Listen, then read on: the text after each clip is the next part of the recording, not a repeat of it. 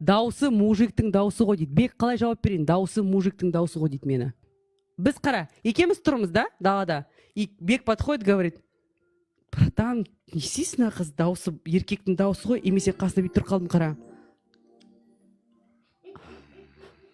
Не деп жауап бересің? Тез, а то мен жылап қаламын или мен кетіп қаламын, давай. Бек, короче, баяғыда біткен ғой. Мәжнүн лайк кімге? Мәжнүн лайк кім?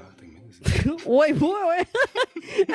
Жоқ, болды уже. Бек айтты уже машинасына отырып кетіп қалды, сен Мәжнүн деп тұрған.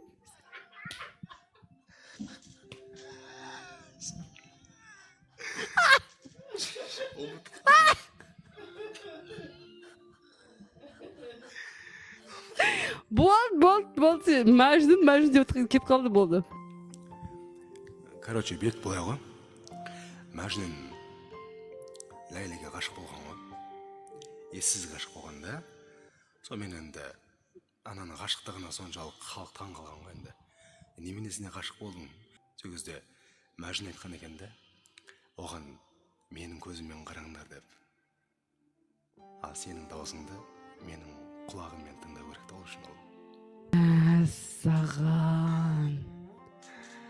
Мынау деген қазір. Это жоқ, нормально было, маған ұнады. Достар, сіздерге ұнады ма?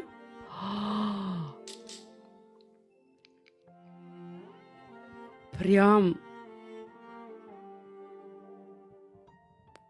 музыка дауысын қатты қойшы, осындай болып отыр прям. Екеуміз қара, біз екеуміз тауда келе жатырмыз, иә? Екеуміз тауда келе жатырмыз. Мен артынан қола келетсің, мен қазақ көйлегімен жаңағыдай ұлттық. Сен артынан жүгіріп келетсің, төлегенмен жібек болып келе жатырмыз. Қыз болып ұшып жоғалсам не етер едің? Сен іздеумен мәңгілікке өтер едім. Отқа түсіп өртенсем не етер едің? Күл боп бірге соңынан кетер едім. Бұлдырасам сағымдай не едің? Жел боп қуып ақыры жетер едім. Қайға келсем басыңа не етер едің?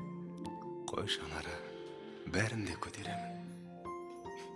Ал Руслан, қайырлы түн. Саған сенің командаңа жақсы эфир үшін рахмет. Көріскенше. Мальдив аралдарынан жалын сәлем. Пока. Сіңізді шақырғанды көріңіз. Ал сіз президентаны көріңіз.